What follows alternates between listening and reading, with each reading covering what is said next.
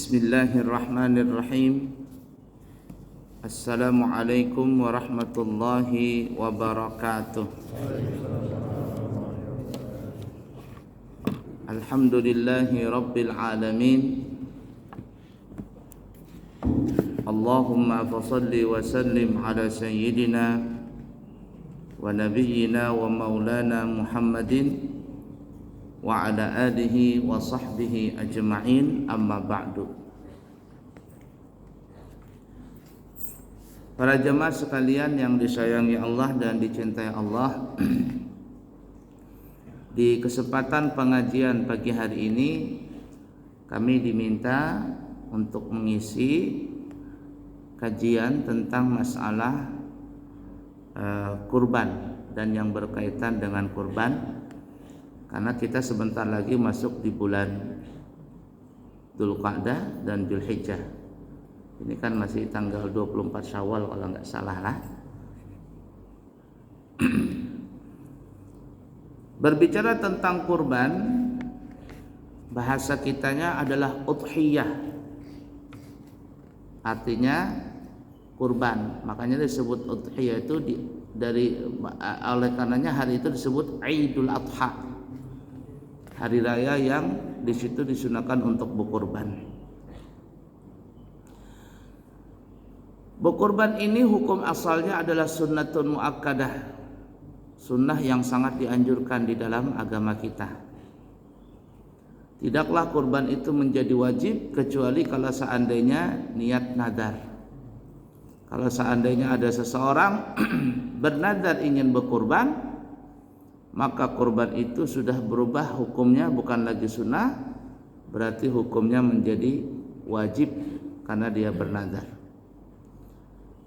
Kalau dia bernadar dan berubah hukumnya menjadi wajib, maka orang yang berkurban ini tidak boleh baginya, dan begitu keluarganya juga, begitu juga keluarganya yang dia wajib nafkahi seperti anak istrinya, tidak boleh memanfaatkan atau mengambil sedikit pun dari hewan kurban yang dia nadarkan.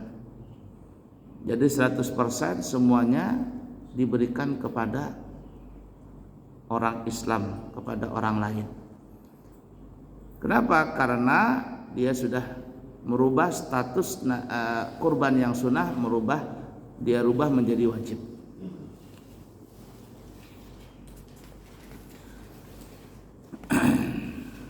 Hukum kurban tadi adalah sunnah mazhab kita ya, tapi pendapat yang lain ada yang mengatakan wajib bagi yang mampu.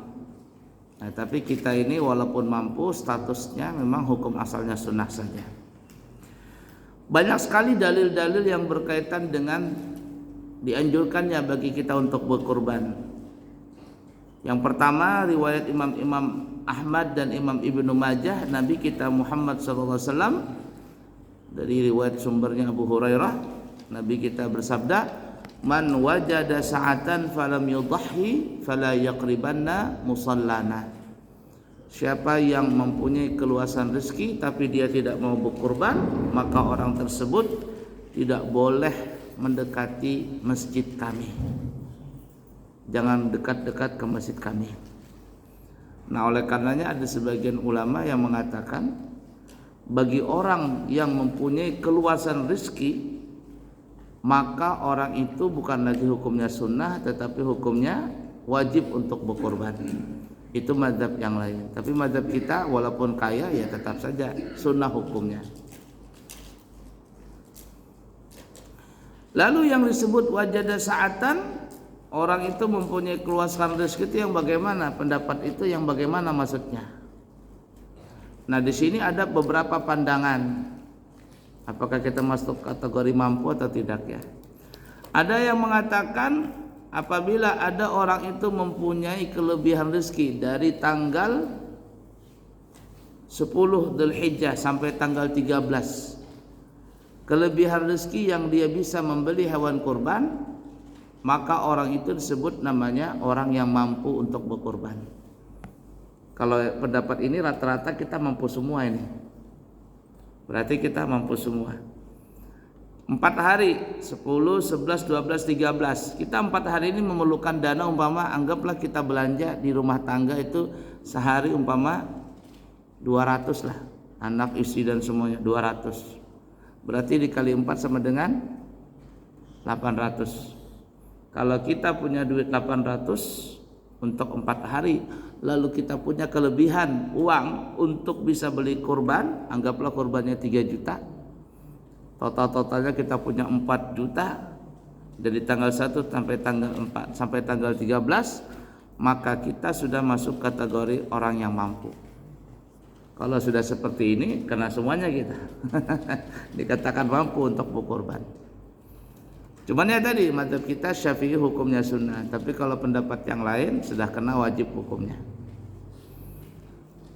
Nah, kemudian ada juga yang berpendapat man wajada sa'atan, itu orang yang dikatakan mempunyai keluasan rezeki, orang yang mampu itu bagaimana? Yaitu orang yang sudah sampai nisab zakat hartanya. Nisab zakat harta itu dikiaskan dengan emas kurang lebih 82 gram. 82 gram ini kalau kita 1 gramnya berapa? 800, 8 kali 82 berapa kira-kira? 8 kali 82 berapa? 60 juta ada? 65 juta.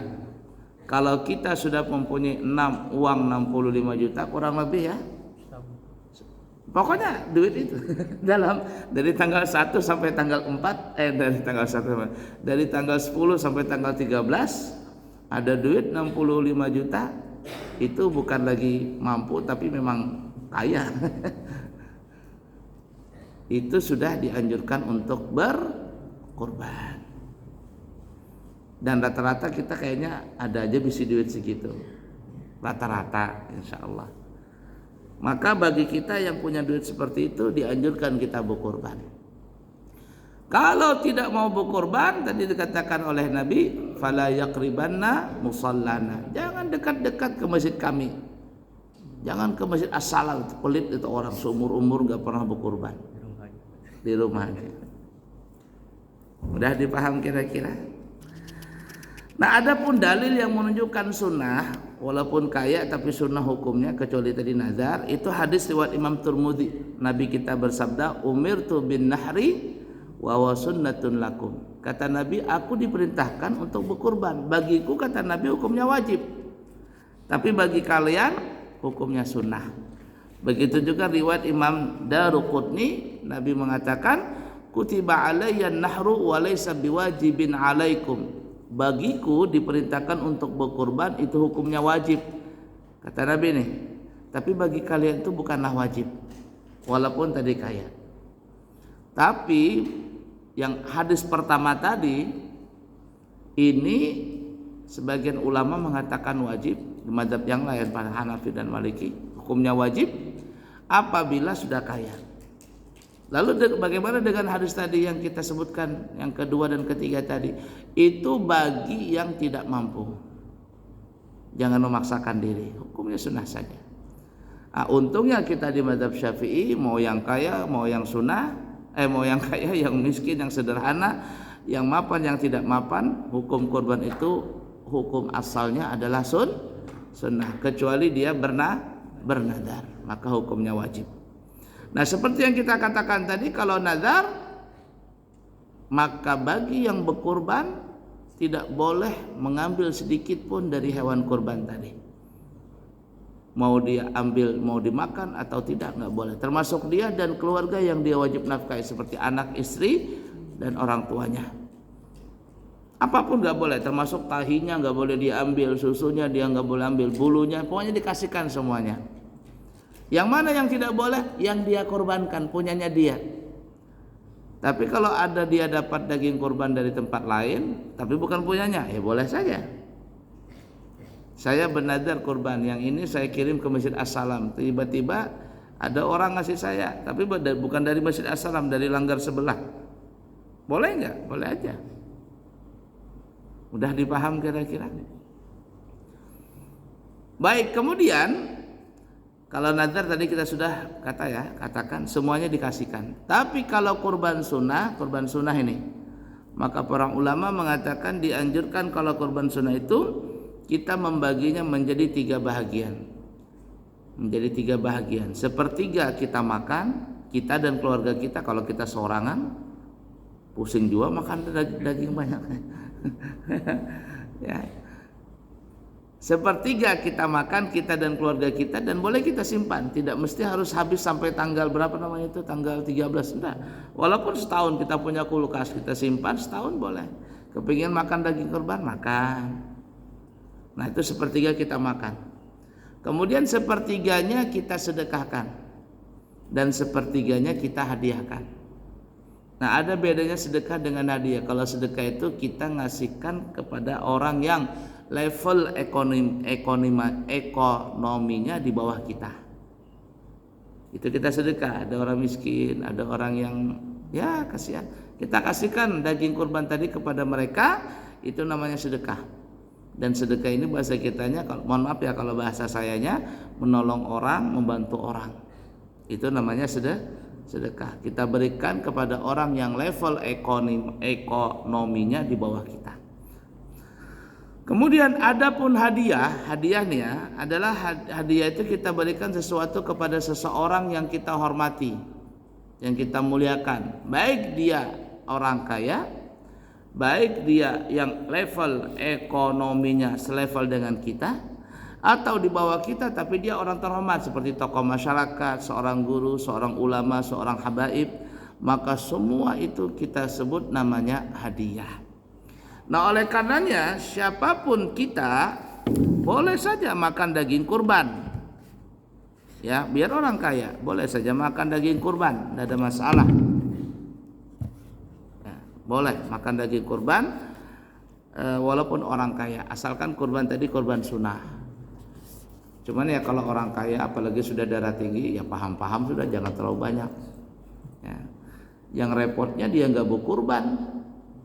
Berkurban enggak, cuman mohon maaf ya sebagai panitia saja. Itu pun datang ketika mau berkurban, sudah mau kurban ada sapi baru datang ke masjid. Sebelumnya enggak pernah ke masjid. Tapi ketika mau dekat haji, baru mau dekat hari raya, petantang petenteng, mau blok. Itu banyak tuh di masjid, tapi enggak di sini, di sana itu. Beneran, di sini kalau di sini enggak ada.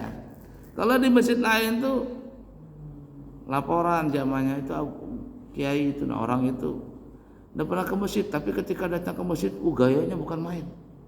Siapa sih dia itu? Ya macam-macam, ada ketua RT lah, ada keamanan lah, ada LPM lah.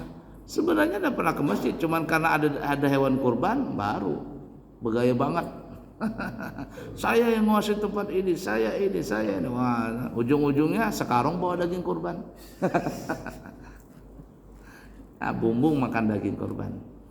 Nah jadi kalau kurban sunnah itu sepertiga dia makan, dia dan keluarganya, kemudian sedekahkan, dan sepertiganya dia hadiahkan. Jadi boleh satu warga ini boleh kita kasih. Tidak ada masalah, jangan ragu-ragu masalah itu ribut lagi. Orang kaya nggak boleh makan daging kurban, nggak boleh aja. Yang repotnya orang kaya nggak boleh makan daging kurban, tetapi tetangganya yang bukan Islam dikasihnya. Ya, kalau tetangga bukan Islam, boleh nggak makan daging kurban? Boleh aja. Asalkan daging kurban itu bukan kurban wajib, tapi kurban sunnah. Boleh lah, pokoknya boleh, itu aja sudah, nggak usah repot-repot. Pokoknya kalau mau dekat hari raya haji, ribut tuh masalah kurban. Mau dekat hari raya Idul Fitri, ribut masalah zakat fitrah. Yang beras lah, yang uang lah, yang ini ribut terus, nggak selesai-selesai. Boleh sudah titiknya, boleh selesai. Nah, jadi nanti kalau hari raya haji motong daging kurban, panitia kurban nyuruh anak-anak remaja, nak antarkan nih ke tempat sana tuh Pak Haji yang kaya sana tuh, bilang ini sedekah. Datang anak muda, tak, assalamualaikum Pak, waalaikumsalam. Ada apa? Ini ada daging kurban Pak dari panitia masjid, panitia kurban. Oh iya, masya Allah, terima kasih ya. Ini katanya sedekah Pak. Sedekah untuk Bapak. Kalau orang kaya ini paham, dia akan tersinggung. Loh kenapa sedekah? Kok bukan hadiah? Pak, kata panitia kurban, ini bukan hadiah tapi kok sedekah. Kalau kenapa? Karena bapak tidak pernah kurban di masjid. Orang kaya tapi nggak pernah kurban, jadi dia nggak miskin. Kalau dia paham tersinggung gitu, ya. Ya intinya boleh saja ya kurban itu semuanya. Baik, adapun hewan kurban yang dikorbankan itu ada 3 jenis. Yang pertama adalah kambing dan sejenisnya, yaitu domba, biri-biri. Kambing pun ada 2, ada kambing besar, ada kambing kacang. Kalau kambing kacang atau kambing biasa itu umurnya 2 tahun ya, 2 tahun. Tapi kalau dia domba setahun saja sudah cukup. Nah, kalau kambing biasa berumur 2 tahun, kambing-kambing yang di sini. Tapi kalau domba kan lebih besar ya. Domba dengan kambing beda. Nah, jadi kalau kambing perhatikan umurnya mesti 2 tahun lebih, 2 tahun ke atas. Kalau domba, oke lah setahun. Ada nggak tempat kita domba? Nggak ada ya. Dan memang beda daging domba dengan daging kambing, agak berbeda. Lebih enak kambing, kata yang penikmat kambing. Ya seperti kerbau sama sapi beda, seratnya beda. Seperti apa lagi? Bebek dengan itik.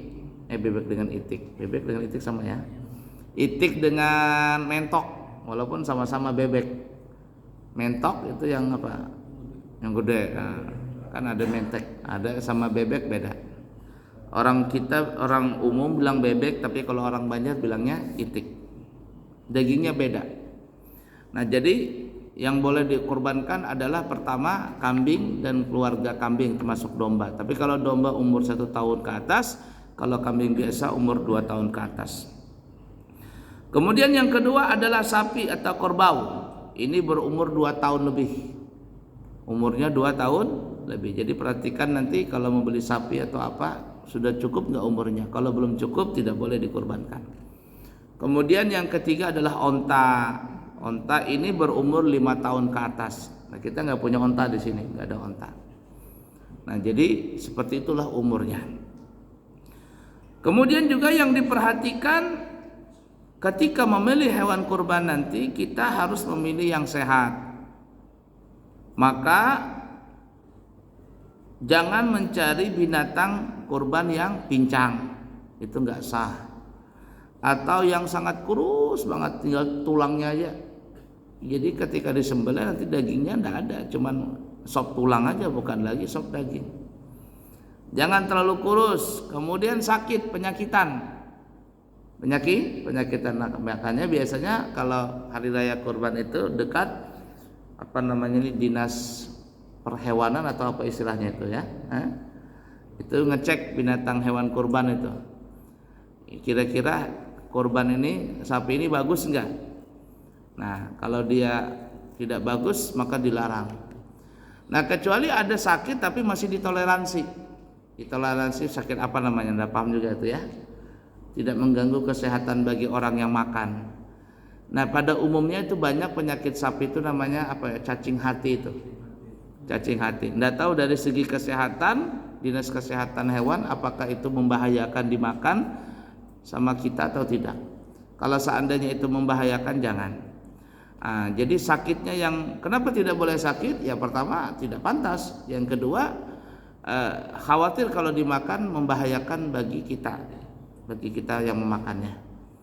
Nah, kalau cacing hati itu entah apakah itu membahayakan atau tidak. Tapi hampir rata-rata banyak sapi yang mempunyai cacing hati itu. Nah, ya sakit itu jangan. Yang sehat, yang kuat, yang gagah. Makanya ada sebagian guru mengatakan kalau hendak mencari kambing entah sapi ya. Kalau kambing katanya kalau mau tahu kambing itu sehat atau tidak gampang.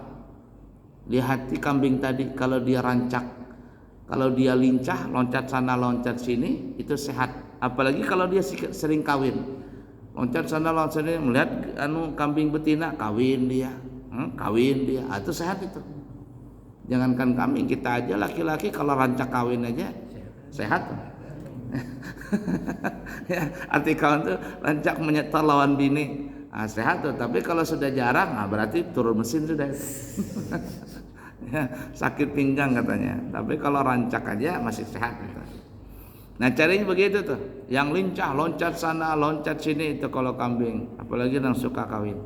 Nah kalau sapi ya nang rancak makan, gancang makannya. Kalau dia gancang makan sehat, tapi kalau dia lembek begitu tidak mau makan jangan dipilih. Kemudian yang tidak boleh lagi putus telinganya, putus ya rongkang begitu. Makanya sebaiknya jangan pilih sapi yang ada bolongan sini. Kan ada sebagian orang apa ngarannya ini menandai sapi itu di tindiknya.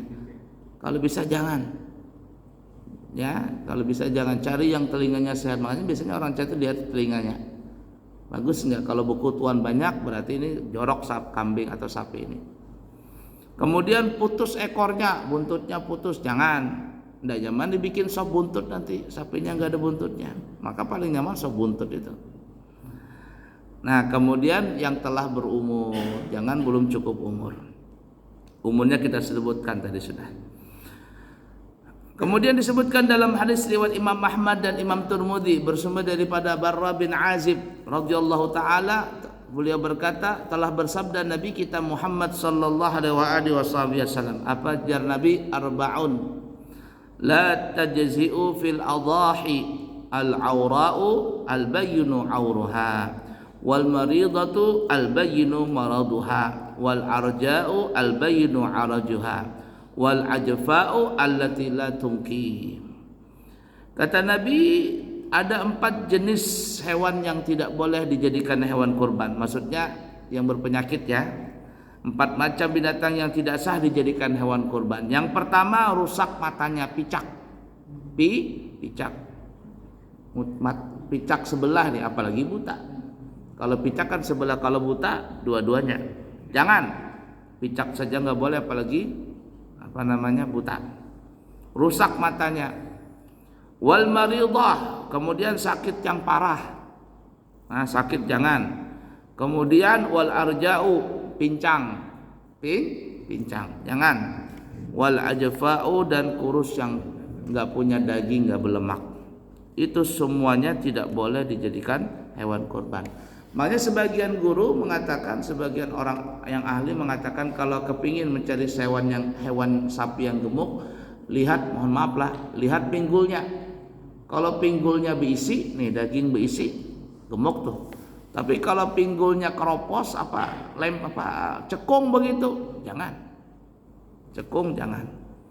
Nah, tapi ada juga yang tinggi, kurus, ada juga gemuk, pendek, kan ada begitu. Kalau biasanya sapinya tinggi kurus itu kayak sapi Benggala atau apa yang biasanya untuk menarik gerobak di Banjar nang di Amuntai di mana kalua nang menarik gerobak. Itu biasanya sapinya yang tinggi yang berdugul sini lah. Nah, itu sapinya tinggi cuman dia ramping.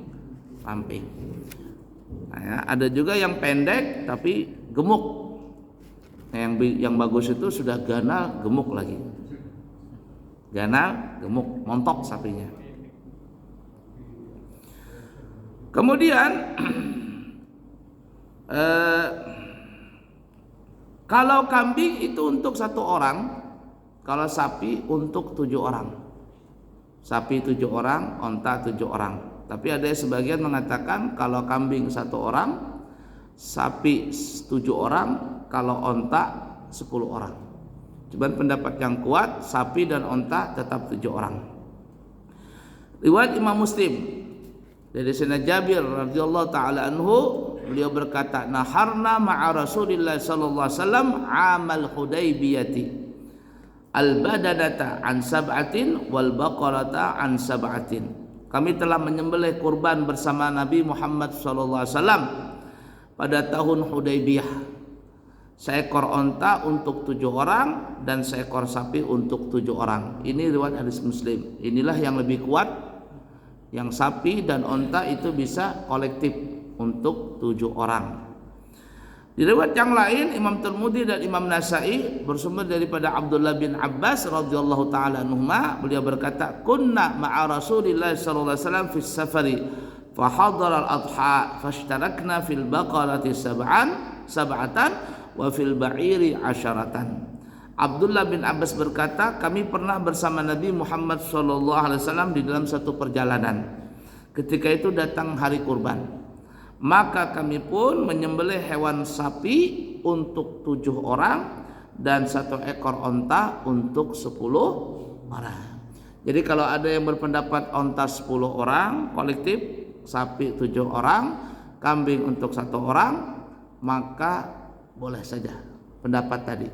Tapi pendapat yang paling kuat, kambing 1 orang, sapi dan onta untuk 7 orang. Kemudian waktu menyembelih hewan kurban, kapan waktu menyembelihnya? Nah, waktu menyembelihnya itu kata ulama setelah matahari terbit setinggi galah tombak di hari raya Idul Adha.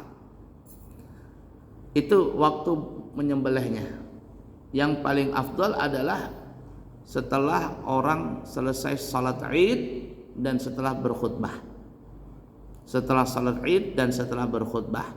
Dan yang lebih afdal lagi adalah yang mau berkurban salat dulu, salat Id dulu, baru mendengar khutbah, baru motong hewan kurbannya sendiri.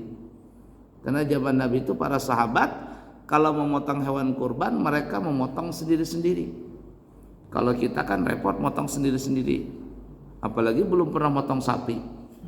Ya. Yang ada motong bebek angsa saja. Nah, makanya biasanya ada panitia kurban. Nah, tidak boleh memotong hewan kurban sebelum timbul matahari.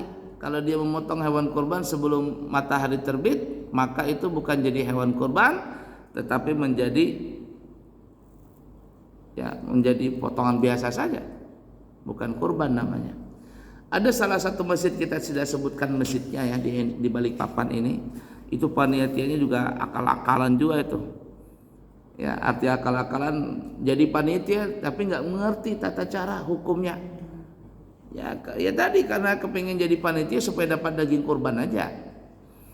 Ada satu masjid, saya tidak sebutkan masjidnya, di Balikpapan, masjid besar. Jadi waktu itu kan banyak banget tuh yang berkurban sampai mungkin 50-an sapi ada itu. Jadi akhirnya zaman dulu artinya zaman itu karena dulu belum banyak masjid, belum ada banyak ya. Sekarang kan di masjid, di langgar, di RT masing-masing membuat acara untuk hewan kurban, di majelis taklim. Ya, kelompok-kelompok majelis taklim bikin sekarang ada kiainya, kita bikin sendiri. Nah, jadi ini masjid panitia kurban itu memotong hewan kurban setelah salat subuh. 2 ekor kalau nggak salah waktu itu, ada laporan ke saya. Jadi bilang guru itu panitia itu memotong hewan kurban 2 ekor kan, kalau nggak salah 2 ekor. Setelah salat subuh dipotongnya. Kenapa dipotong? Supaya nanti nggak kalang kabur lagi katanya. Ini panitia keblenger ini. Paksa mengganti uang orang itu yang niatnya kepingin kurban, akhirnya jadi potong sapi biasa. Ya, nggak boleh.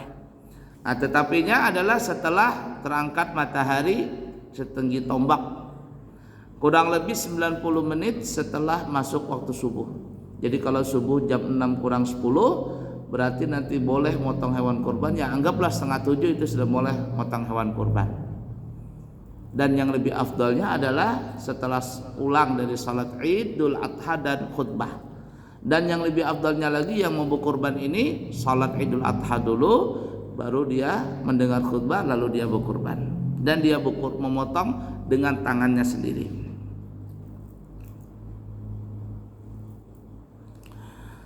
Kemudian sunnah-sunnah pada saat menyembelih hewan kurban.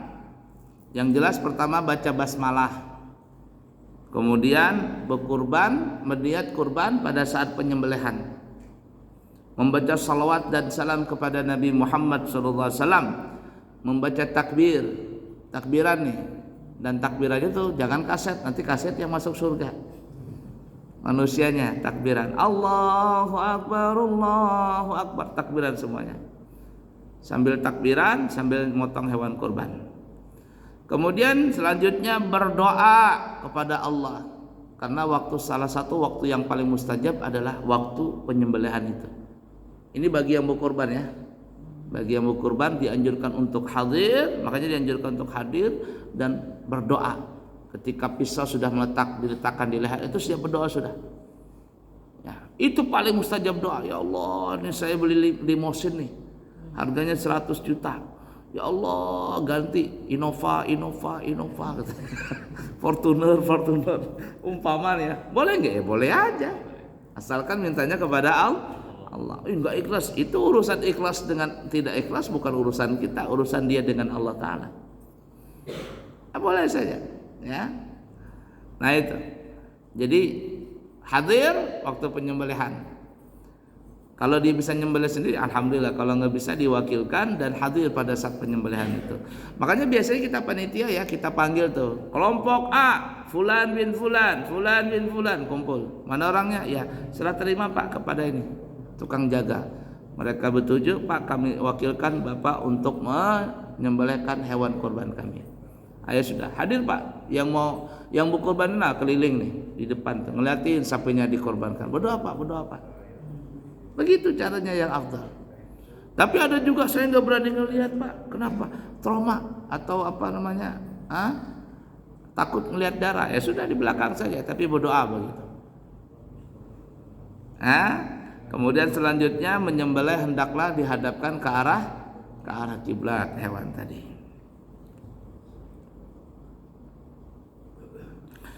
Terakhir yang berkaitan dengan ini, daging kurban tidak boleh dijual. Termasuk kulitnya. Ya, tidak boleh dijual. Jadi panitia jangan coba-coba menjual kulit kurban itu. Nah, tapi dibagi. Siapa mau hewan kulitnya? Saya Pak. Nggak ada yang mau, nggak ada, ambil sudah. Yang sering dibuang itu kan peparutan tuh lah. Padahal itu peparutan kalau pian ada punya peparutan tadi, peparutan sapi itu namanya. Itu bawa aja ke kilo sana tuh, kilo 50, kilo berapa yang masuk ke dalam itu. Berebutan tuh orang ngambil usus. Ada sebagian buang aja, kasihannya tuh. Digali dibuang. Itu kalau dibawa ke sana ke kilo kemana-mana, apalagi ke Amburawang sana itu.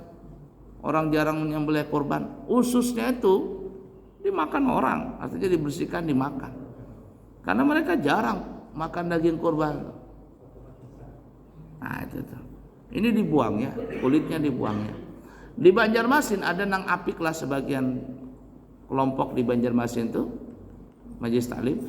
Itu kulitnya itu sampai dipotong-potong, kemudian dimasukkan dalam kresek dibagi. Kenapa? Karena kulitnya bisa dimakan. Jangan dibuang atau apalagi dijual, jangan dijual.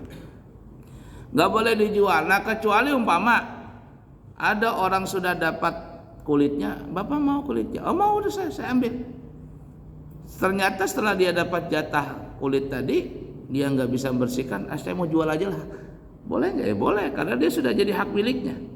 Yang tidak boleh menjual ini yang berkurban, ya satu, dan kemudian yang kedua panitia. Panitia bukan tugasnya menjual, tapi membagikan. Nah setelah dibagikan, dapatlah masing-masing jatahnya. Nah kalau dia mau makan alhamdulillah, kalau dia mau jual itu terserah dia, tidak ada masalah. Mudah dipaham kira-kira.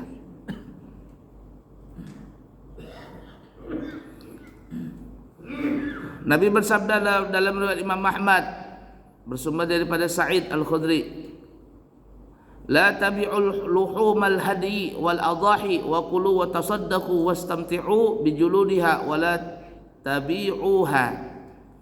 Janganlah kamu jual daging dan denda haji, yakni dam haji dan daging kurban, jangan dijual.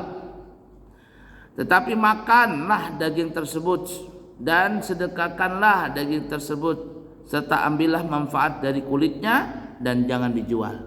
Jadi dijadikan dijadikan bedu kulitnya tadi dan sebagainya. Ya, jadi seperti itu. Baik, jam 6, silakan kalau ada pertanyaan 1-2 orang. Ini Ustaz, yang sering menjadi pertanyaan adalah misalnya saya berkorban 1 ekor kambing, itu untuk saya sendiri atau untuk satu keluarga? Baik, ini sering jadi problem juga nih. Sebenarnya menurut hadis yang kita sebutkan tadi adalah 1 kambing untuk 1 orang. itu sudah hasal namanya sunnah ainiyah. Kan ada namanya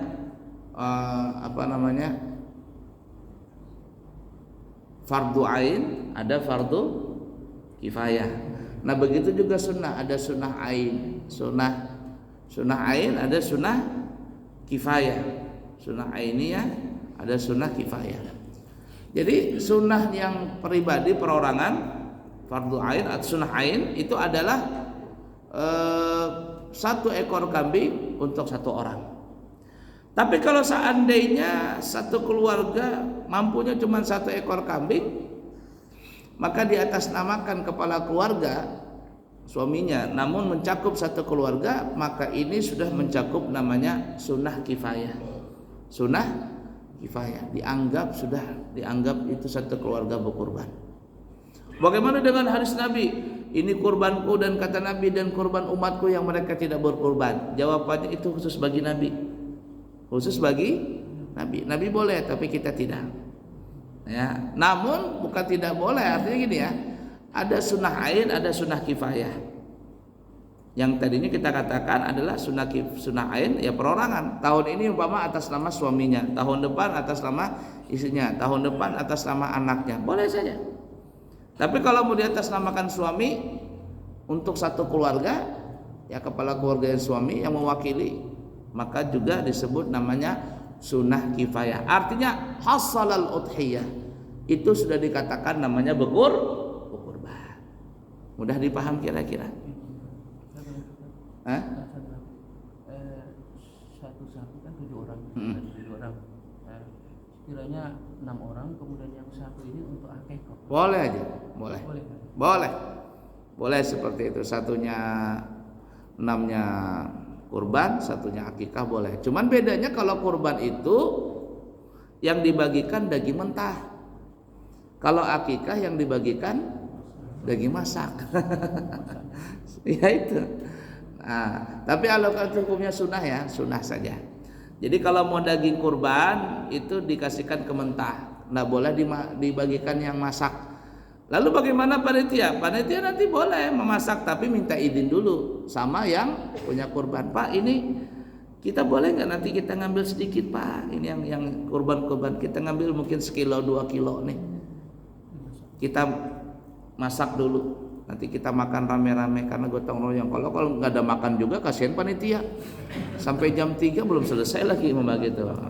Keringat dingin bukan karena bukan karena lain-lain, karena sudah mulai kambuh.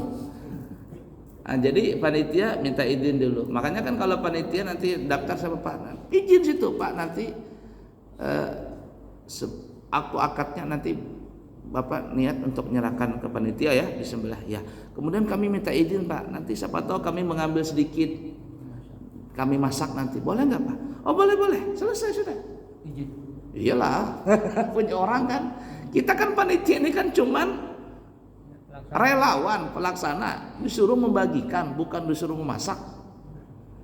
Ya kan ya? Jadi begitu caranya, supaya tidak ada syubhat lagi. Coba nanti kalau sudah mau dekat hari raya ribut tuh. Oh, 1 nggak boleh dimasak, haram hukumnya. 1 nggak boleh ini, macam-macam. Solusinya gampang, izin. Kita ini terkadang komunikasi yang kurang pas begitu. Ketika komunikasi kurang pas, ributlah kita. Karena segini ya, terkadang ada orang yang berkurban tuh kalau dia sudah berkurban, ya sudah terserah panitia. Artinya mau masak apa, ada juga begitu. Orangnya terserah bapak aja katanya, ya selesai. Dan itu sering, pesantren saya sering begitu. Artinya orang nyumbang sapi, Abu ya ini tolong bawa sapi ke sana. Ya sudah. Terkadang masjid ini pengurus ini apa dari mana, apalagi tahun depan tuh partai ribut lagi kan ya. Nyumbang lagi tuh partai-partai. Sudah bawa ke sana. Di Polda pernah ngasih sapi itu berapa ekor itu. Saya tanya, Pak ini sapi apa? Sapi kurban atau sapi apa? Itu yang nyumbang Pak. Dan niat kurban. Terus sapi apa? Ya sapi biasa aja. Potong aja begitu. Nggak niat kurban Pak? Enggak. Lah terus gimana ini? Sayang Pak. Atau gini saja. Sapi ini kami niatkan sebagai kurban di pondok atas nama guru-gurunya. Boleh nggak? Ntar katanya. Saya tanya dulu sama yang punya sapi. Boleh nggak? Boleh katanya. Mungkin yang nyumbang ini bukan orang Islam, cuma dia mau ngasih sapi gitu aja. Ada seperti itu. Di Balikpapan dulu waktu kayaknya Bondi, bukan kayak, artinya sampai sekarang tetap kaya Bondi itu. Tahu Bondi ya? Bondi itu di mana ada sarang walet, di situ dia kasih sapi setiap tahun untuk supaya berbagi kenikmatan kan. Masa orang kampung dapat tahinya aja nggak pernah dapat. Sapi ada di mana dia sarang walet, kasih satu ekor sapi di masjid di mana. Jadi cuma ngasih aja. Saya bilang sama anak buah Bondi itu, kata saya, kalau sebaiknya itu sapi yang ngasih Bondi, tapi Bondi ini ngasih kepada anak buahnya yang Islam, kemudian dijadikan itu sapi kurban, selesai. Yang penting komunikasinya jalan itu. Terkadang kita komunikasi ini gak jalan, akhirnya ribut setiap tahun, ya itu aja berputar-putar masalah itu. Nah seperti di pesantren kami di Amburawang itu, kalau kami wajibkan untuk berkurban 3 juta, kasihan orang tuanya. Tapi kami ingin melatih anak-anak itu berkurban. Maka kami kasih tahu dengan orang tuanya, Bapak Ibu, kami minta tolong semua Bapak Ibu bisa menyumbang sapi kolektif, bukan korban kolektif, sapi kolektif, mau beli sapi. Terserah ibu mau ngasih berapa, ada yang 100, 200 ribu, ada yang 50, tergantung kemampuan. Tapi kalau orang kaya cuma ngasih 20 ribu, keterlaluan banget tuh. Pulsa aja 20 ribu 2 hari habis. Janganlah 100 lah, ada yang 200. Mulai tadi malam saya sudah umumkan itu ke orang tua. Nanti dia nyumbang, ada yang 100, Abu ya 100 saja, iya nggak apa-apa. Ada yang 200 nggak apa, ada yang 500 nggak apa-apa. Kumpulkan duitnya, kalau cukup kita belikan sapi, kalau nggak cukup saya tambahin. Dan saya bilang sama anak murid-murid itu, bilangin sama bapakmu, ini abunya minta tolong sumbangan, nanti kita beli 1 ekor sapi. Kenapa? Tujuannya untuk melatih supaya kita bisa berkurban. Tapi itu kurban, sapi itu bukan untuk kurban, bukan dinamakan kurban, karena tidak mungkin 1 ekor sapi santrinya 150-an orang ini, tidak mungkin, tidak sah. Jadi kata saya, Abuya minta tolong beli kita sapi, kemudian sapi itu disedekahkan oleh kalian, oleh orang tua kalian ke guru-guru di sini. Lalu sapi itu nanti diatasnamakan sebagai diatasnamakan guru kalian untuk dijadikan kurban. Halal ya, halal. Selesai. Yang penting komunikasinya aja jalan. Udah dipaham kira-kira? Baik. Jam 6 lewat, nggih. Masih banyak nih. Tadi kan datanya kita kalau sepertiga yang kurban. Sekarang misalkan Muhammad saja panitia lebih besar dari yang kurban sepertiga, bagaimana? Enggak jelas Pak, ini nyata. Jelas kan gini Pak, yang kurban itu dapatnya Sepertiga, nggih. Sekarang ada panitia ya, lebih dari sepertiga Ngambil, padahal dia gak berkorban. Ketulangan itu. Korupsi itu. Itu yang sering terjadi tuh. Makanya mohon maaf, di sini nggak ada, di tempat lain. Itu yang saya bilang tadi, berkarung-karung dia bawa pulang. Tulangnya, dagingnya. Maka nakalnya panitia ini, nakalnya, nah motong, ya motong. Di belakang ini sudah ada nih orang, cet, sepotong hilang. Ribut dia, tengah sedikit orang lain, seret begitu. Ini panitia nih, akhirnya panitia yang jujur kata kenapa bisa berkurang ini? Ini korupsi seperti ini, panitia yang keracunan ini. Ada satu masjid, saya tidak sebutkan masjidnya ya, biar aman. Itu sering sekali kelakuan panitia kurban yang nakal seperti itu. Jadi panitia yang jujur ini gimana caranya? Kalau kita berhentikan, pasti dia marah, keluar nanti di luar, bla bla bla bla. Akhirnya udah diberhentikan, cuman bikin panitia tambahan khusus yang memotong-motong daging ibu-ibu, nggak ada yang lain, ibu-ibu saja yang menimbang, yang cuman bapak-bapak itu cuman memotong sapi, menggulingkan sapi dan mengangkat, ya mencincang tulang. Tapi yang mengontrol ini masalah ini, membagi dan masukkan ke kresek ini ibu-ibu. Saya bilang kenapa ibu-ibu? Tahu saja mulutnya ibu-ibu itu kan gimana. Kalau ada yang ngambil satu, wah, ribut sudah. Malu tuh bapak-bapak.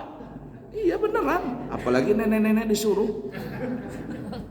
Ada pernah kejadian satu ngambil di langsung ribut. Wah itu apa itu? Apa tuh? Ribut, malu bapaknya. Aman sudah. Tahu aja ibu-ibu nggak pernah salah. Ya kan ya? Ibu-ibu nggak pernah salah, walaupun dia salah tetap benar. Nah, itu mau aman tuh ibu-ibu tuh, tapi ibu-ibu yang jujur juga, tapi ada juga ibu yang nakal. Cari yang jujur, yang betul-betul, yang ketua majelis taklim yang betul-betul ya. Jadikan dia termasuk panitia untuk menjaga itu. Jadi ini masalah kita korupsi ini bukan masalah pemilu suara saja, masalah pembagian daging bisa dikorupsi. Jadi sudah membudaya memang nih korupsi ini. Nah, ketulangan tuh Pak ya, nggak boleh, hukumnya haram. Baik, ada lagi? Cukup? Cukup dulu ya, semoga ada manfaatnya. Subhanakallahumma wa bihamdika asyhadu an la ilaha illa anta astaghfiruka wa atubu ilaik. Wa akhiru kalam, wassalamualaikum warahmatullahi wabarakatuh. Allahumma inna nasta'udika hadhil ma'lumat ma ta'allamna min ulumi din fa'arjiha ilaina kullama nahtad ilaiha waj'alna minal 'amilin bima 'allamtana wa sallallahu alaihi sayyidina Muhammadin wa ala alihi wa sahbihi wasallam walhamdulillahi rabbil alamin.